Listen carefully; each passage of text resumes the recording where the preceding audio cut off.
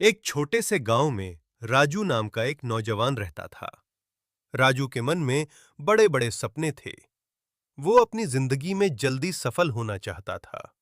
हर दिन वो यही सोचता कि कैसे जल्दी आगे बढ़ा जाए, कैसे अपने सपनों को सच किया जाए।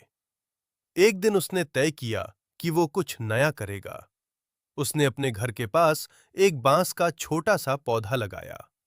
राजू हर दिन सुबह उठकर उस पौधे को पानी देता, उसकी देखभाल करता और बड़े प्यार से उसे बढ़ते हुए देखने की उम्मीद करता।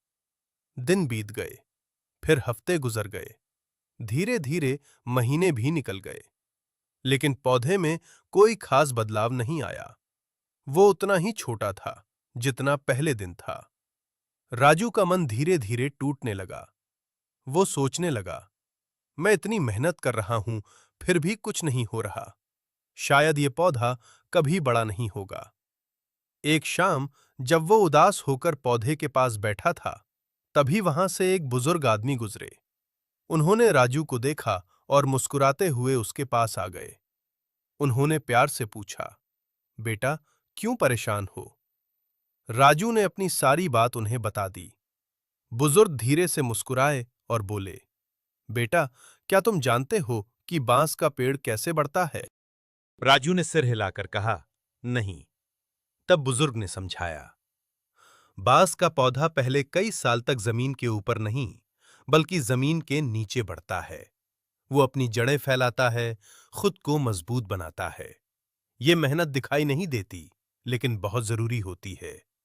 और जब उसकी जड़ें पूरी तरह मजबूत हो जाती हैं, तब वही छोटा सा पौधा अचानक बहुत तेजी से ऊपर बढ़ता है। कभी कभी तो कुछ ही हफ्तों में कई फीट ऊंचा हो जाता है। राजू ध्यान से उनकी बात सुन रहा था। उसके चेहरे पर धीरे धीरे उम्मीद लौटने लगी।